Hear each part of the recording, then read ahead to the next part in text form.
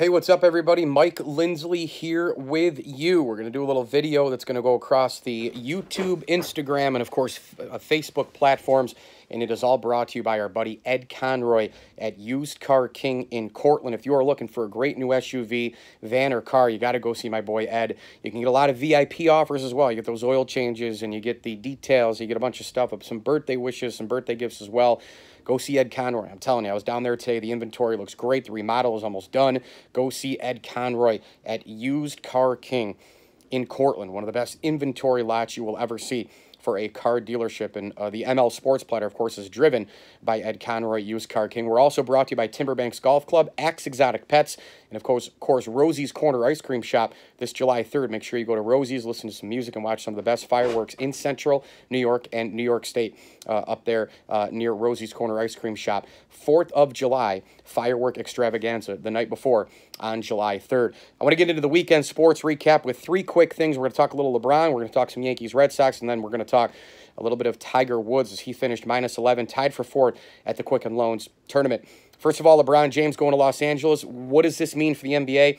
It basically means a couple of things. 1, the West gets stronger, and 2, the pressure goes up for LeBron James. He's going to L.A., and this is a huge, huge move for LeBron James. As Adrian Wojnarowski pointed out on the NBA coverage on ESPN and ESPN News last night, this is a major shift going from the East to the West, leaving a chance to go back to the finals for the 9th straight time, going to a Laker team with a ton of pressure. I mean, this is a franchise that's had Jerry West, Wilt Chamberlain, Elgin Baylor, Magic Johnson, and Kobe Bryant. You know how many titles are between all those guys now?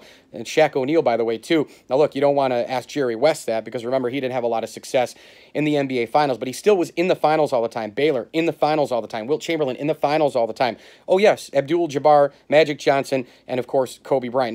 Now that legacy will continue with one LeBron James. You wonder if he's going to be able to deliver one of those titles. He's going to a much loaded conference in terms of the Western Conference. We know the Golden State Warriors are still the team to beat, and they're probably going to win another NBA title next year. I don't see anybody beating them, including the Houston Rockets. But then it gets interesting. Will things start to break up? Kevin Durant, could he be gone? Could he be going somewhere else? Could he go to LA with LeBron James? Remember, there is more of a cap a year from now in terms of NBA teams being able to add even more superstars. I think a guy who's going to leave Golden State ultimately and go play in LA or even form his own roster because he's that good as a sharpshooter, maybe not form his own roster, but at least be one of the key guys in a Power 3 Dream Team type deal, is Klay Thompson. Would he go play in LA with LeBron James? Remember, his father played for the LA Lakers. He is currently a broadcaster out in LA. You wonder if that is going to be a situation where you would just make the easy transition from the Bay Area right to LA, play in the Staples Center, and play with the great LeBron James. Of course, Los Angeles also added Lance Stevenson and a couple other folks. This team has a lot of talent. They've got a pretty decent bench, and you've got Lonzo Ball there right now, who LeBron James can help and help all the rest of those young players. Fascinating move for him to go to LA. Why did he do it ultimately? I think it had a lot more to do with business than basketball. Let's be honest right now. LeBron James wants to win titles. He always wants to be measured up against Michael Jordan. He wants to chase that 6th title situation with MJ. Well, he's 33 years old. There aren't many years left for LeBron to do that. LA is not the best place to go to try and go win another title. Maybe in a year it will be one of the better places, but right now it's not, and even then, everything's going to be predicated on Golden State. Why did he go out there? He wants to be a mogul. He wants to be a big business mogul. He wants to be a $1 billion man, and what better place to do that than Los Angeles? So a very remarkable move. LeBron James going to L.A. to try and create his business empire and try to win a championship at the same time. All right, let's talk a little bit of Yankees Red Sox from this past weekend and a couple major takeaways. Number 1, pitiful pitching performances from the likes of Sonny Gray and David Price. Sonny Gray was absolutely horrendous on Saturday night. He just continues to nibble. He continues to not be able to attack batters. He walks around the mound. He delays. He just cannot get anything going. And then he gives up hit after hit, and they are hard-hit balls. Buster Olney said on his podcast today, well, actually, it was Tim Kirchin who talked to a Red Sox player after the game. So, there's just not a lot there with Sonny Gray. And you have to start to wonder, is Sonny Gray ever going to matriculate into anything as a New York Yankee? Right now, it looks like no. Some guys who are mid-market, low-market type guys just can't handle that New York atmosphere. So far, it looks to be the case with Sonny Gray. He just does not have anything in the tank here, and the Yankees need to go out and get an arm unless when Masahiro Tanaka comes back, the Yankees are going to ride out a Severino, Tanaka, Sabathia, Johnny Loaiziga, and of course Domingo Germán 5-man rotation.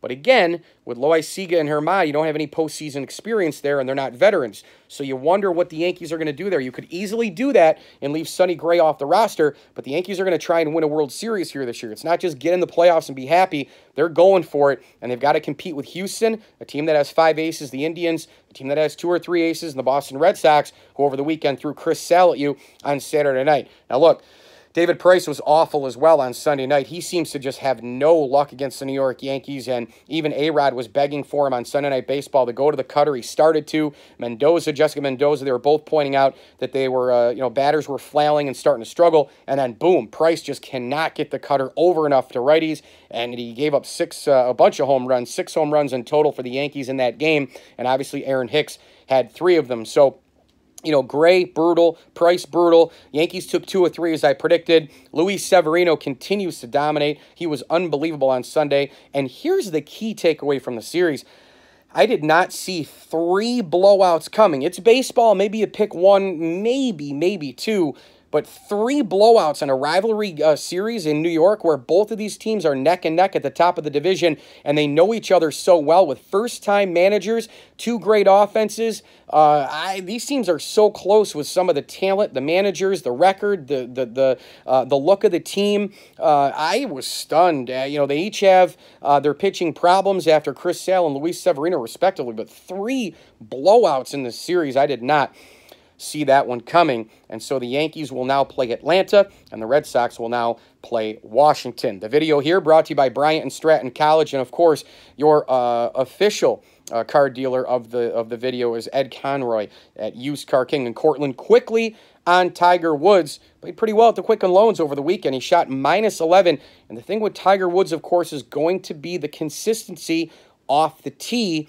And we didn't see that at Shinnecock as much. Of course, we didn't see it from a lot of people. But Tiger Woods has not been really good off the tee in about 5 years. And in order to go win major championships, you got to be able to putt. You got to be able to match people off the tee, stay in the fairway, which allows you to then maybe hit your GIRs, your greens in regulation. And Tiger Woods off the tee's got to be a little bit better. The 5-wood, the 3-wood, the driver, all of it collectively. Tiger seemed to have every shot in the bag over the weekend. It just so happened that Molinari shot -21 and just completely shot lights out. But if you're Tiger Woods, you're tied for 4th. You're going to the British Open situation here, tournament. I think Tiger Woods has a better chance to win than any other major if he's going to try to get that elusive 15th major. And the reason is because he can keep the driver in the bag. Go 5-wood, go 3-wood, go 2-iron stinger. I think Tiger Woods, with those iron shots, shaping a little bit, hitting more greens in regulation, being able to improve his putting, he may have a shot at the Open Championship either this year or next. I'm Mike Lindsley. Video here brought to you by Welch & Company Jewelers, Wagurski Law Firm, and the Syracuse Nationals. Make sure you get your tickets at SyracuseNationals.com. Of course, $15 on the pre-sale, SyracuseNationals.com. That event is amazing. July 20th to the 22nd at the New York State Fairgrounds. If you're Buffalo, Rochester, Watertown, Scranton, PA, Central New York, make sure you go to this great event. Syracuse Nationals. Again, get your $15 pre-sale tickets and save $5 at the door by visiting SyracuseNationals.com. You can hit me on Twitter at Mike L Sports. Thanks so much for watching me, Mike Lindsley, on Instagram, YouTube, and Facebook. And as I always tell you, enjoy the games.